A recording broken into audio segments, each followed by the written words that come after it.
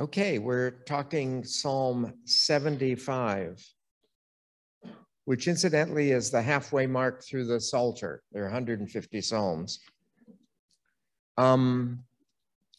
Again, this is to a popular tune of the time we know nothing about. And the popular tune was "Do Not Destroy." But whatever that it was, this is written to that tune. It says, "We give praise to you, O God. We give praise, for your name is near. We recount your wonderful deeds."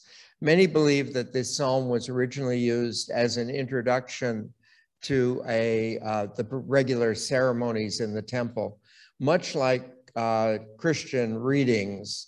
The readings in the temple would always recount the wonderful things that God had done in the past.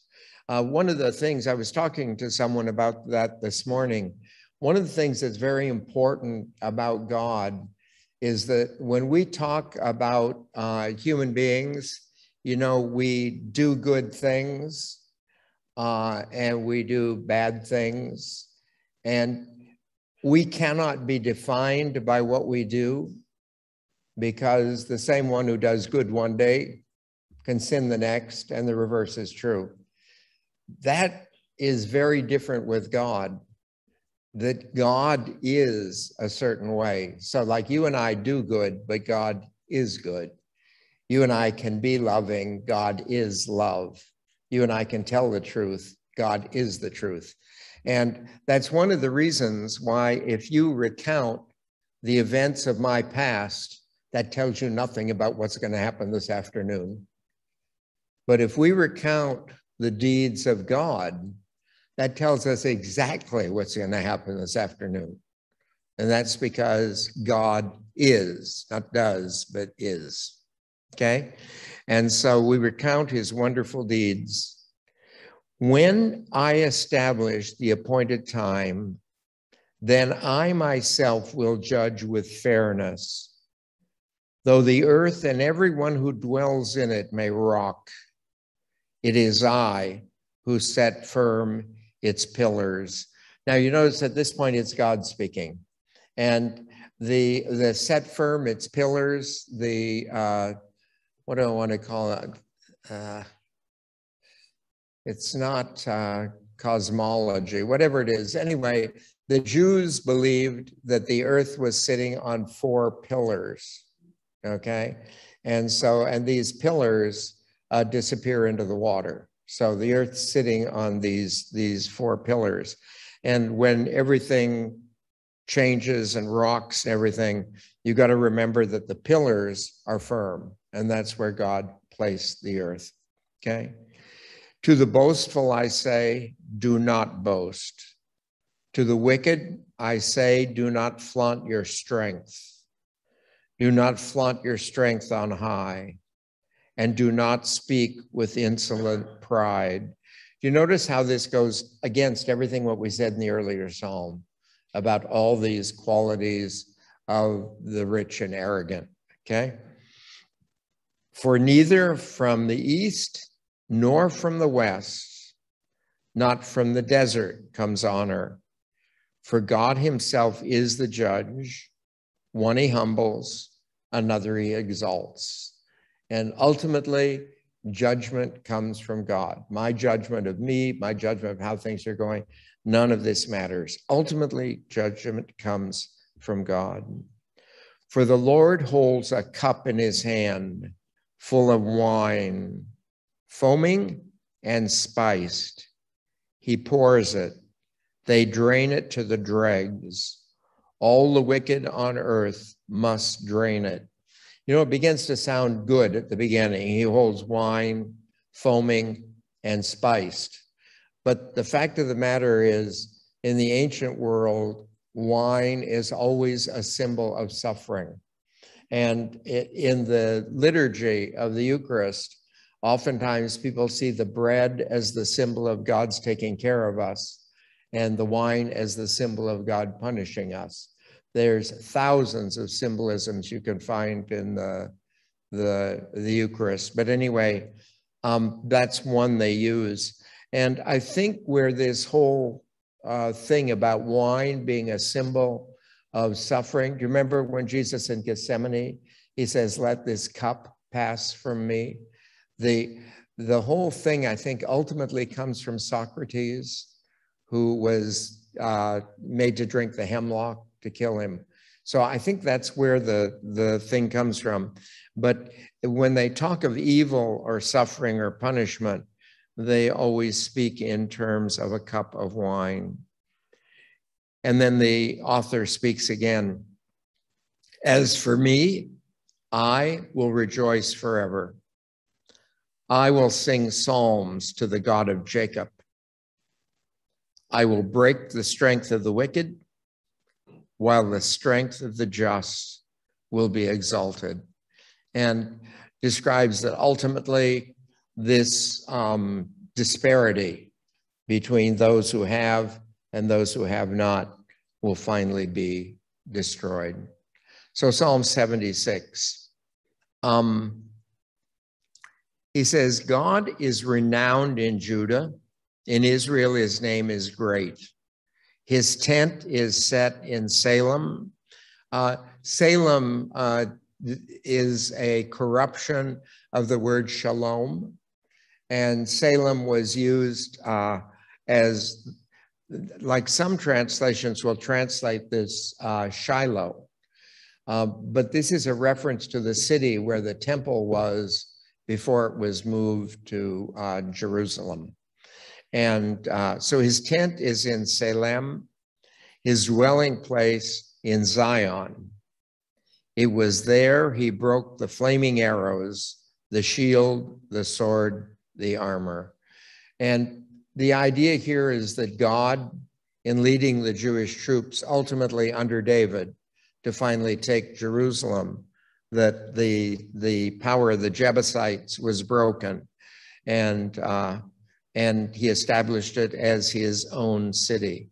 Having established it as his own city, then he moved into it, and he moved into it in the bringing of the ark, as the ark came from Salem and was moved into the temple. Resplendent are you, O Lord, more majestic than the everlasting mountains. The stout-hearted, despoiled, slept in death. None of the soldiers could lift a hand at your threat, O God of Jacob. Horse and rider lay stunned. And again, this is the endless call back to what I mentioned about the second psalm, where God looks at all the enemies and everything, and it looks so important and so significant to us, and God laughs because of its insignificance in reference to God.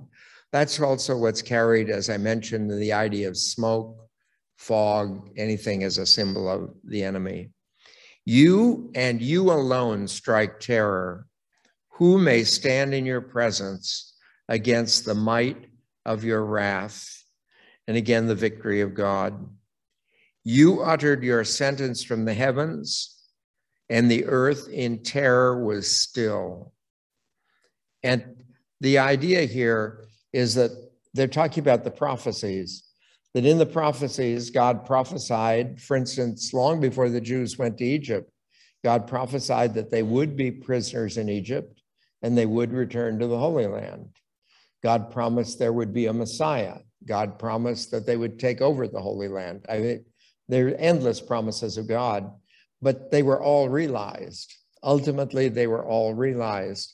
And the fact of the matter is saying that if God makes this pronouncement, it's so.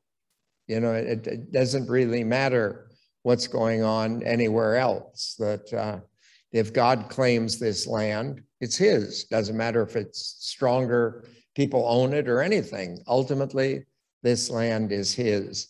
And I think that's one of the things that we use with baptism, particularly with the use of naming a child at baptism. The naming of a child puts the child as designated by God. This is God's child. And so we name the child in the presence of God.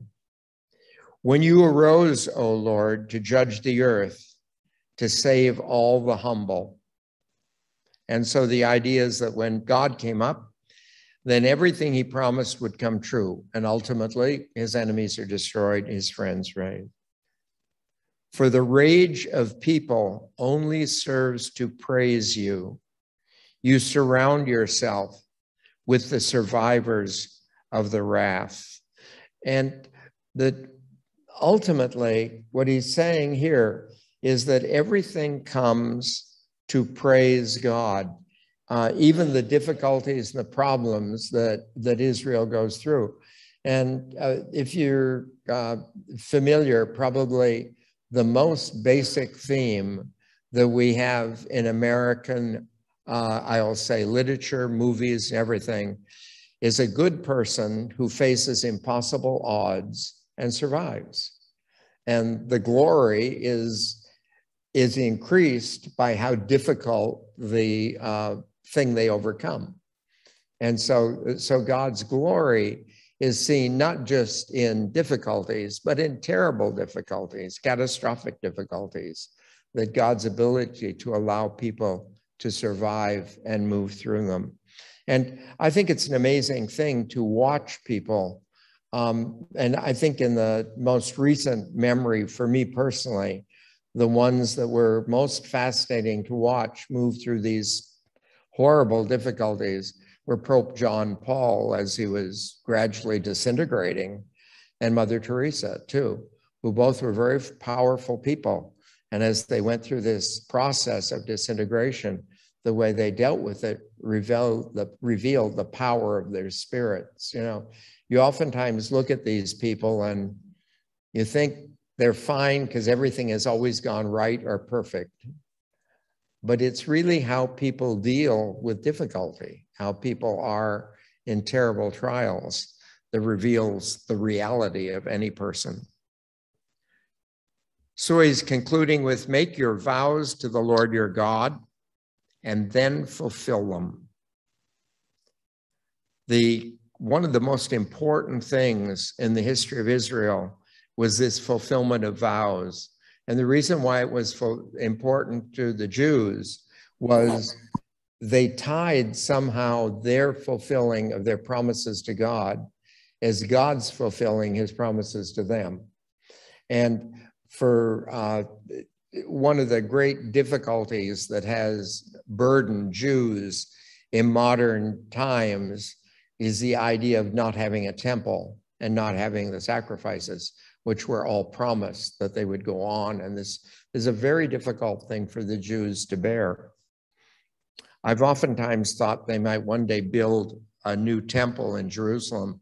It would be virtually impossible to build it on the site of the original one, because there are several buildings on the site that have been there longer than the original temple was there. They're very historic buildings, the Dome of the Rock and stuff like that. But I wouldn't be surprised to see the Jews one day build another temple in Jerusalem somewhere, just so the sacrifices could go on. So it says, let everyone around pay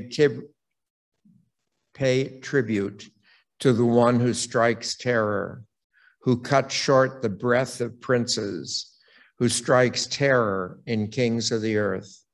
And the author is finally saying that what we want to do is honor the one who ultimately is above everyone else. One of the really interesting things, if you've ever been to European churches, many European churches have windows that date from the Black Plague. And when you look in the Black Plague, one of the things they do in their windows is called the Dance of Death. And it's a group of people who are holding hands, and there are skeletons dancing around beside them or behind them. It doesn't matter whether you're a king, they'll pick off your crown, a pope, they take off your crown, a bishop, they take off your mitre, or pull the hat off a peasant. But it's this idea that in the light of the plague, everyone is equal. And in that sense, the plague is actually a symbol of God, because in the light of God, we're all equal. We stand equal. These things that the earth gives, don't count, that we all stand equal in the presence of God. I've had a number